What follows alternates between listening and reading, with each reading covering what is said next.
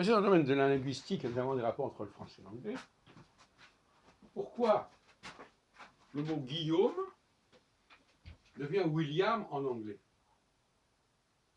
Et aussi d'ailleurs Wilhelm en allemand. Pourquoi est-ce que le G disparaît dans ces cas-là?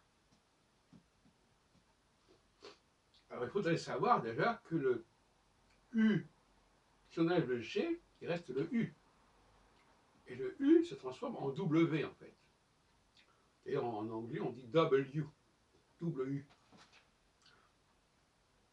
Ce qui est intéressant, c'est que le français aurait en fin de compte gardé des éléments germaniques qui auraient disparu en allemand et en anglais. Le fameux G. Parce que le G n'a pas été ajouté par le français, c'est une évidence. Il a été enlevé par l'allemand et l'anglais. Je crois que c'est clair. On a d'ailleurs un très grand nombre de cas comme cela. Walter, c'est notre Gauthier.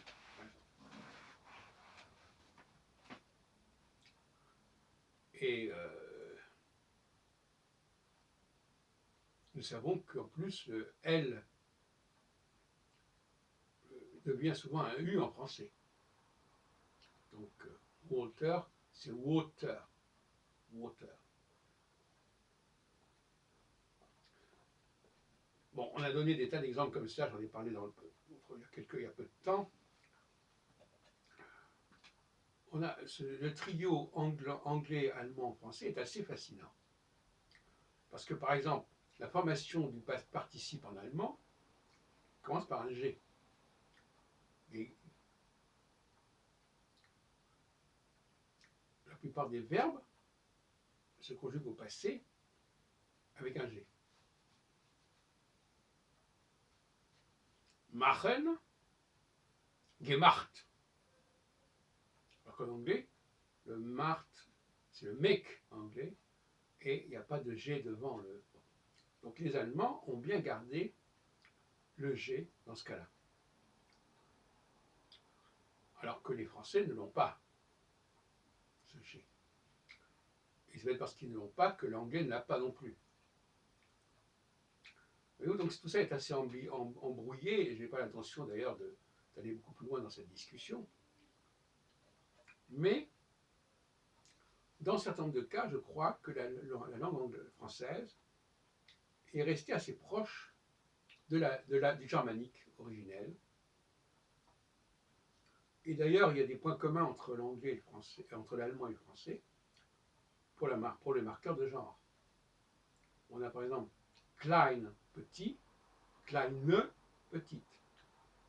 Bon. La différence, c'est que quand on dit klein, on entend le N de klein, alors que petit, on n'entend pas le T de petite. Alors qu'est-ce qui a raison, qu'est-ce qui a tort dans cette histoire? Tort dans le sens, qu'est-ce qui est le plus proche de la source?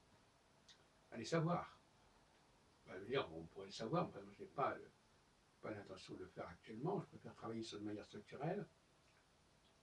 Mais cette façon de mettre le E comme marqueur du féminin, on le trouve en allemand, on ne le trouve pas en anglais. L'anglais n'a pas une façon de marquer l'adjectif féminin. L'adjectif féminin, il n'existe pas en anglais, c'est la même chose que le masculin. Voilà. Donc dans ce sens-là, l'allemand est plus proche du français dans sa façon de construire et de décliner en quelque sorte les adjectifs que l'anglais. Donc on ne peut pas opposer aussi simplement l'anglais, on ne peut pas opposer le français à l'allemand ou à l'anglais, puisqu'on vient de dire que dans certains cas, le français se rapproche plus de l'allemand, en tout cas au niveau morphologique, au niveau grammatical, que l'anglais. Sans parler, bien entendu, des marqueurs de genre, des articles de masculin et féminin qui existent en français, qui n'existent pas en anglais. Donc, on pourrait dire presque que le français est intermédiaire entre l'allemand et l'anglais, d'une certaine manière.